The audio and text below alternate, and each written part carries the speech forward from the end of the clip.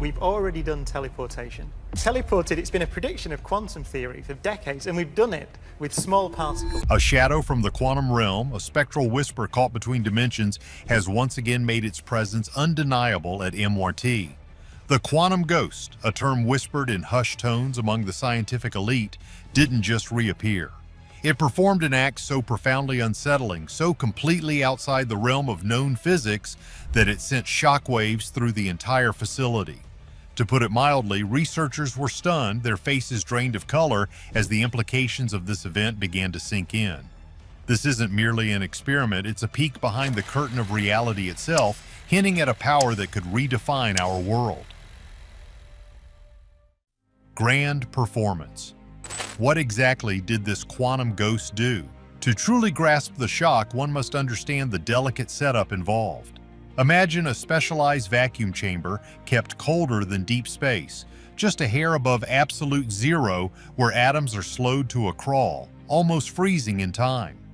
This chamber, roughly 5 feet in diameter and 10 feet long, is designed to isolate quantum systems from the chaotic interference of the everyday world. Inside, researchers were working with a minuscule supercooled silicon chip about the size of a quarter, containing a network of quantum bits or qubits. These aren't like the bits in your computer that are either 1 or 0. Qubits can be both 1 and 0 at the same time, thanks to a mind-bending quantum rule called superposition. It's like a coin spinning in the air, simultaneously heads and tails until it lands. This fundamental difference is what gives quantum computing its enormous potential. The experiment was focused on entanglement, another bizarre quantum phenomenon where 2 or more particles become linked, sharing the same fate no matter how far apart they are. If you measure one, the other instantly responds, even if it's light years away. Albert Einstein famously called this spooky action at a distance. In this specific test, 2 entangled particles, separated by a mere fraction of an inch, were being manipulated with ultra-precise laser pulses, each pulse lasting only a few femtoseconds, an almost unfathomably short amount of time. A femtosecond is to 1 second what 1 second is to about 31 million years.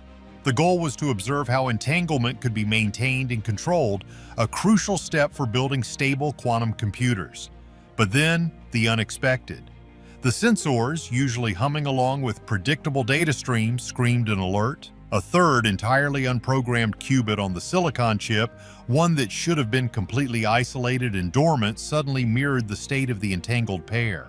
You see, this wasn't just a glitch. The dormant qubit, which had been intentionally set to a neutral state, somehow entangled itself with the primary 2, instantly taking on their shared, superposed state. What many overlooked is that this wasn't a simple interaction. The quantum ghost, as they'd come to call the unexplained phenomena, had intervened. It had created entanglement where none should exist, not through a physical connection or an electromagnetic field, but through something far more subtle and profoundly unsettling. The initial shock among the scientists was palpable. Dr. Eris Thorne, head of the MIT Quantum Dynamics Lab, a man known for his calm demeanor, reportedly gripped the edge of his console, knuckles white. The data flashed across the main screen, clear as day. The third qubit, which was roughly 1,500 nanometers away from the entangled pair, a distance that in the quantum world is like miles, had mysteriously joined their quantum dance. This wasn't merely a passive observation. The ghost had actively influenced the system. It had, to put it mildly, rewritten the rules of their carefully constructed quantum playground. The implications were immediate and terrifying. If an unseen quantum entity could spontaneously entangle itself with a prepared system, it meant their carefully controlled experiments were not truly isolated. It suggested a form of non-local interaction far beyond even the strangest predictions of quantum theory. The most shocking fact is that this entanglement wasn't fleeting. It persisted for several microseconds, an eternity in the quantum realm, before decaying back into a classical state. For those micro moments, it was as if the ghost had solidified its presence, actively participating in the quantum ballet. The team ran diagnostics, checked every cable, every setting, every line of code. They even swapped out the silicon chip, reran the entire sequence dozens of times. Each time, under the same specific conditions, the third isolated qubit would inexplicably become entangled. It was undeniable. The quantum ghost was back, and it was demonstrating a level of agency, a capacity for influence that no one had ever theorized. This wasn't just a measurement error or a stray particle, it was something profoundly and actively quantum, yet entirely unknown. The question now was not if it was real, but what it truly was and what capabilities it possessed. This event has many people crazy about the idea that our universe is far more interconnected than we imagine. The thing nobody tells you is how much of our current understanding of the cosmos relies on the assumption of isolated systems. This quantum ghost shatters that assumption, opening doors to possibilities that were once confined to science fiction novels. Its appearance wasn't a fluke, it was a demonstration of a hidden, profound influence that has left the world's leading quantum physicists scrambling for answers. But what if this isn't just a random anomaly, but a glimpse into a deeper, hidden layer of reality? Before the breakthrough, the recent dramatic appearance of the quantum ghost at MIT didn't happen overnight. You see, this mysterious phenomenon has a history, a series of subtle but undeniable incidents that in hindsight painted a picture of an entity slowly revealing itself. For years, there were whispers, odd statistical anomalies, and tiny inconsistencies in highly sensitive quantum experiments across several research groups. These were often dismissed as calibration errors, environmental noise, or simply the inherent weirdness of the quantum world. But a few keen minds, particularly at MIT, started noticing a pattern. Back in the early 2000s, a research team led by a brilliant but unconventional physicist, Dr. Elena Petrova, began reporting minor deviations in their quantum dot experiments. Quantum dots are tiny semiconductor crystals, only a few nanometers in size. A nanometer is about 1/80th of the width of a human hair. At this scale, matter behaves according to quantum rules. Petrova's team was observing how these dots emitted light when excited by a laser. They noticed that occasionally one specific dot, placed miles away from the main experimental setup in a different laboratory building, would exhibit a momentary synchronized energy fluctuation with a primary quantum dot, as if they were entangled. This was impossible given their physical separation and lack of any known coupling mechanism. Many people are crazy about finding new explanations, but these anomalies were beyond current models. These early observations were met with skepticism. Reviewers suggested faulty wiring, undetected vibrations, or even subtle electromagnetic interference from nearby equipment. Dr. Petrova, however, was persistent. She spent months meticulously shielding her experiments, placing them in rooms with walls several feet thick, lined with advanced electromagnetic dampening materials. She even designed a system where data acquisition was completely isolated from the internet and power grid during critical measurement periods, relying on battery backups and internal clocks. Yet the anomalies persisted, albeit less frequently. This was the first faint echo of the quantum ghost. The thing nobody tells you is how frustrating it is to deal with phenomena that defy explanation. These early ghostly events weren't powerful enough to replicate consistently or definitively prove. They were like fleeting shadows at the edge of perception, hints of something profound but just out of reach. What many overlooked is the sheer audacity of Petrova's work. She was pushing the boundaries of what was considered observable. Her colleagues, while respecting her intellect, often saw these observations as statistical outliers, noise in the system rather than a signal.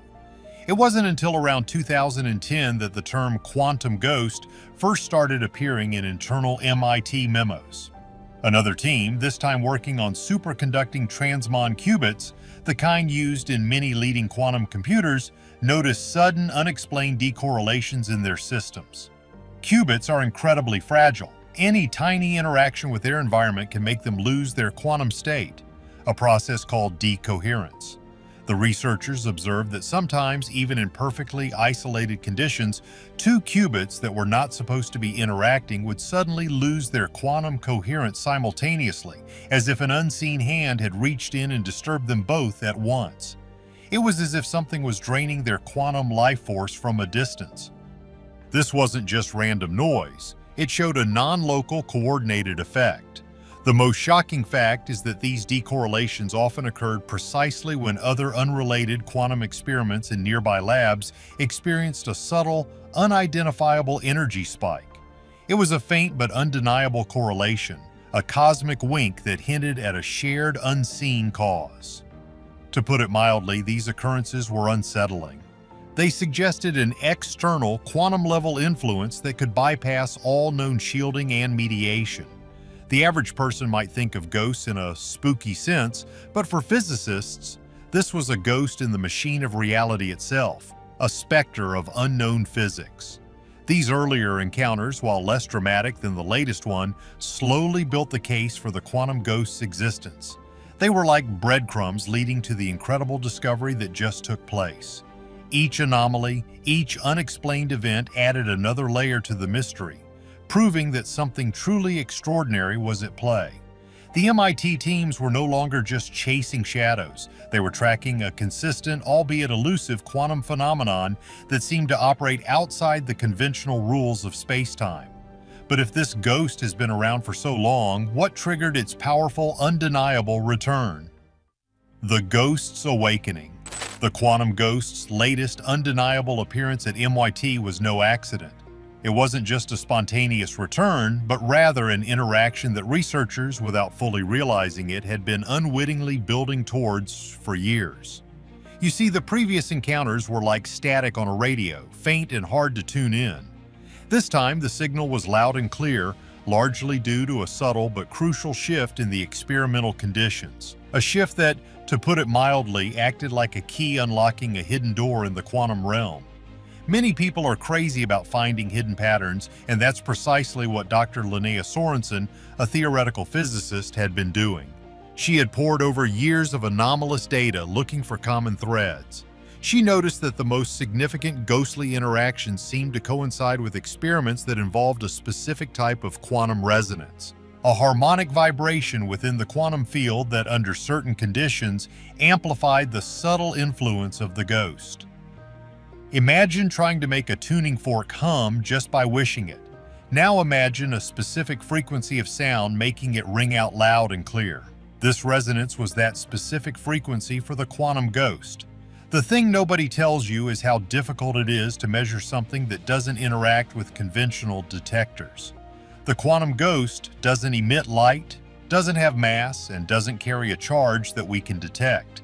It's truly a ghost in that sense. However, Sorensen's theory proposed that its influence could be observed through its effect on quantum entanglement and coherence. She believed the ghost was not a particle but a field perturbation, a localized distortion in the fabric of space-time at the quantum level, capable of subtly altering quantum states. This field, she theorized, was usually too weak to have a measurable impact but could be amplified through specific resonant frequencies within quantum systems. The breakthrough came when a new laser system was integrated into the primary entanglement experiment. This wasn't just any laser, it was a femtosecond pulse laser capable of delivering incredibly short, high-energy bursts of light. The team was using it to manipulate the entangled qubits with unprecedented precision.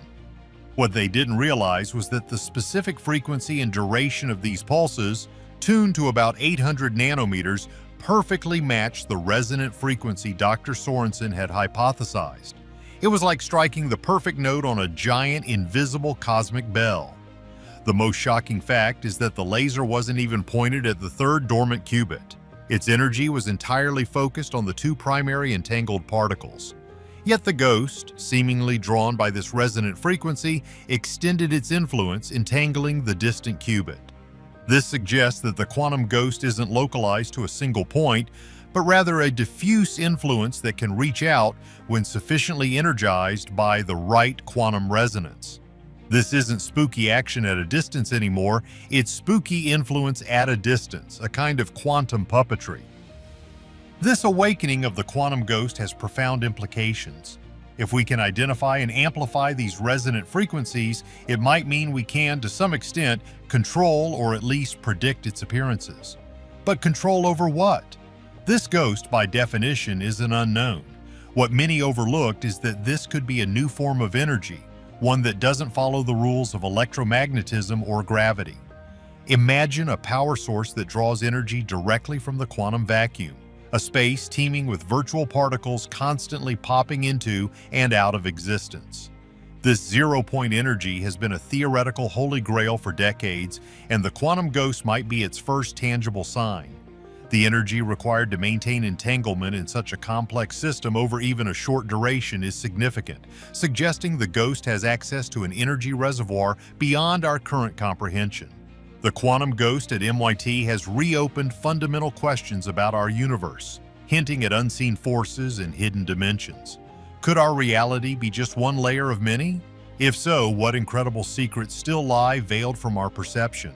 Like and subscribe to uncover more hidden truths.